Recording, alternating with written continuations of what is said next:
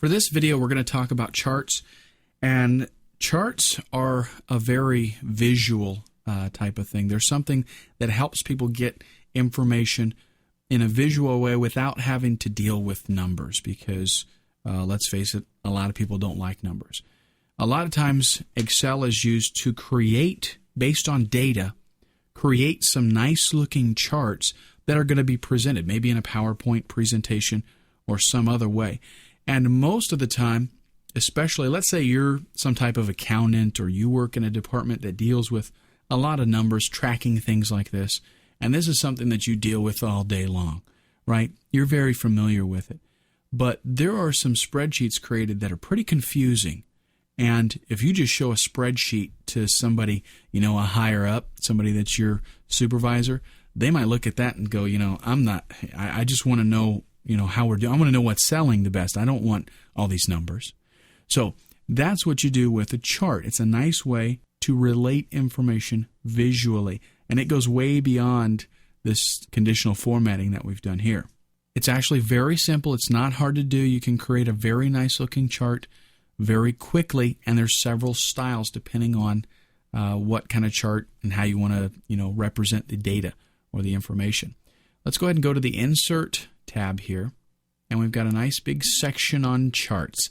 Tons of different kinds of charts. And if you don't like the ones here, they've even got several other types. Okay, but here's the way it works. You click and drag to make a selection. And let's say I want to include in this chart the description, what the items are, and the quantity sold. So I've got that selected. I'm going to do column, and there's several different types of columns. We'll go ahead and go with this one right here. And notice what happens. There are some caveats here about creating charts. What Excel has done is because I selected that entire range, it also included all the empty cells here. And I don't want those included in my chart, right?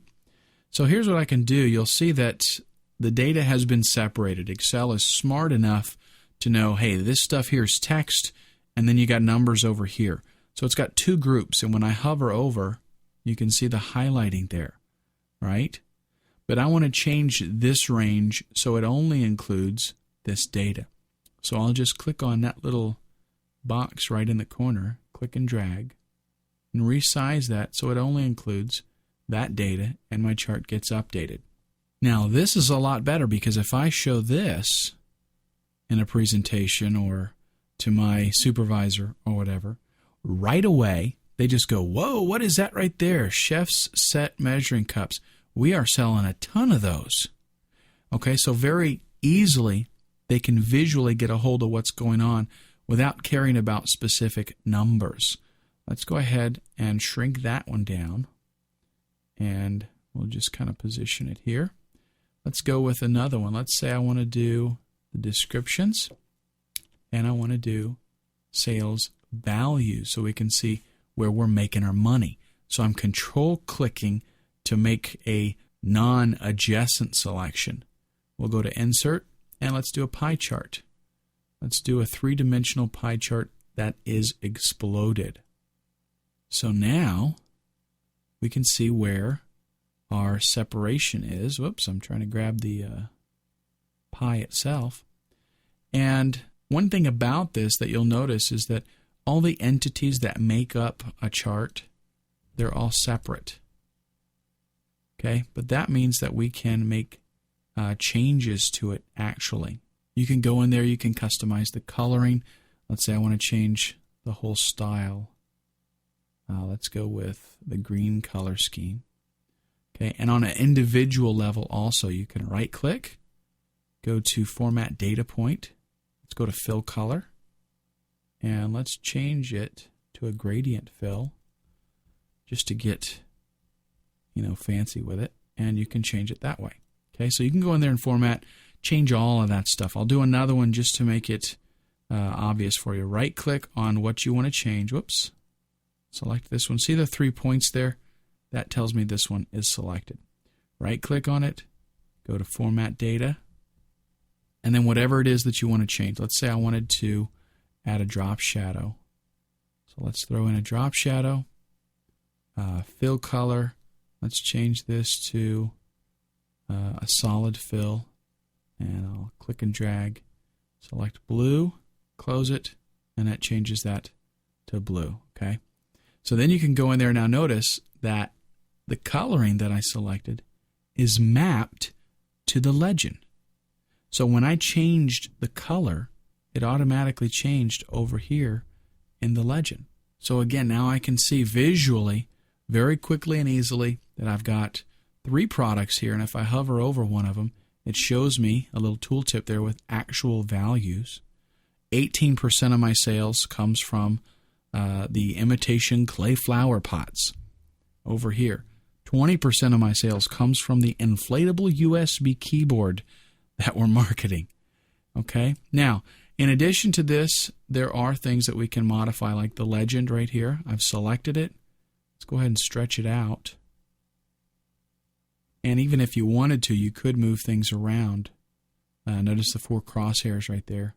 So you can move the legend around. You can even, let's expand this quite a bit. I could shrink down the size of the pies and then the pie slices, and then, move this accordingly.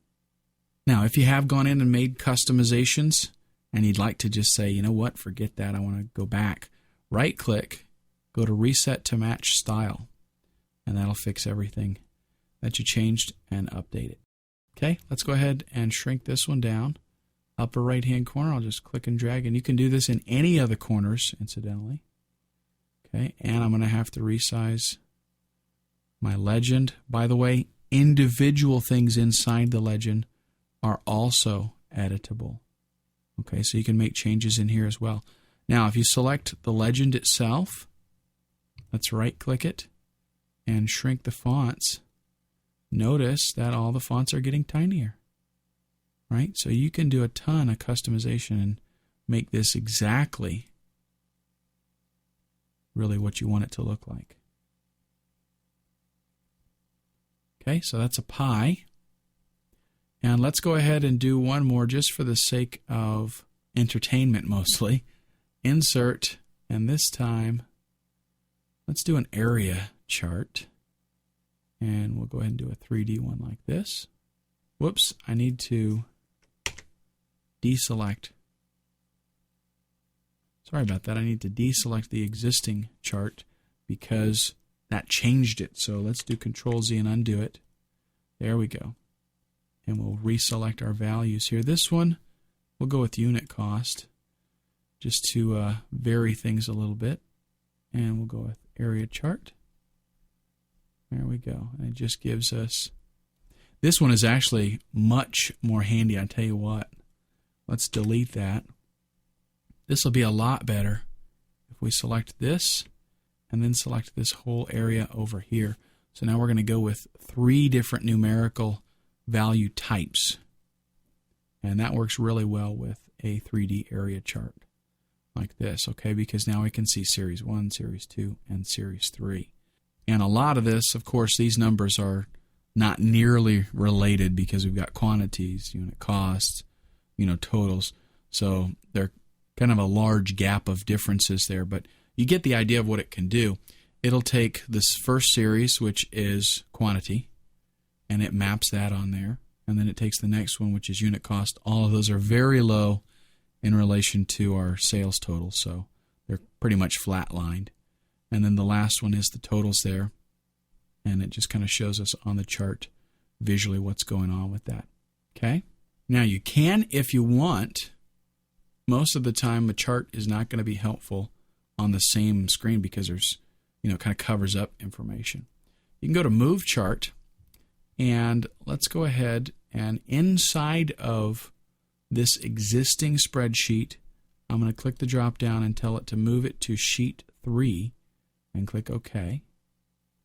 And there we go. We are now in Sheet 3.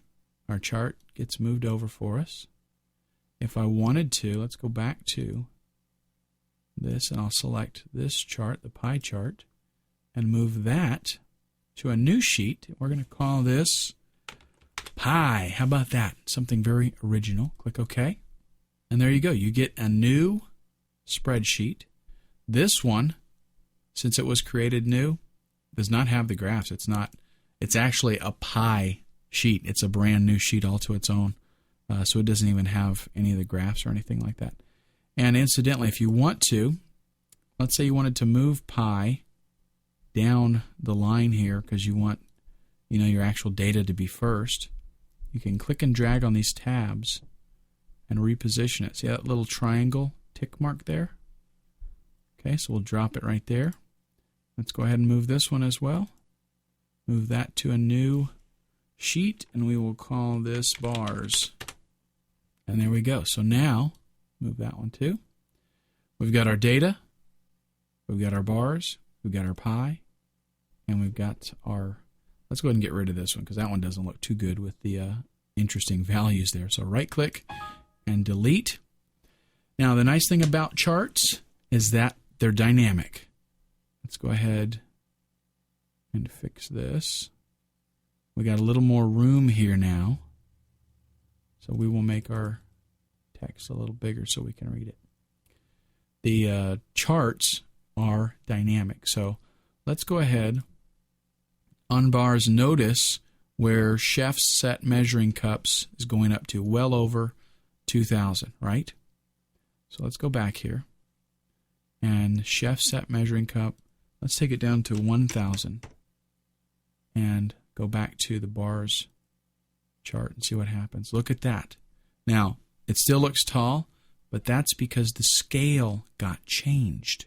So it actually updated everything dynamically. And the way that it works is the maximum value in your chart is always going to show up at the top unless you forcefully change things. So let's go back to the green one. This is radio-controlled soda can caddy. Here's the radio-controlled soda can caddy. Let's make this one 1,000 now. And when we go back to bars, boom, it gets updated. So the nice thing about this is these charts are dynamic. They're based on live data. If the data changes, the chart gets updated.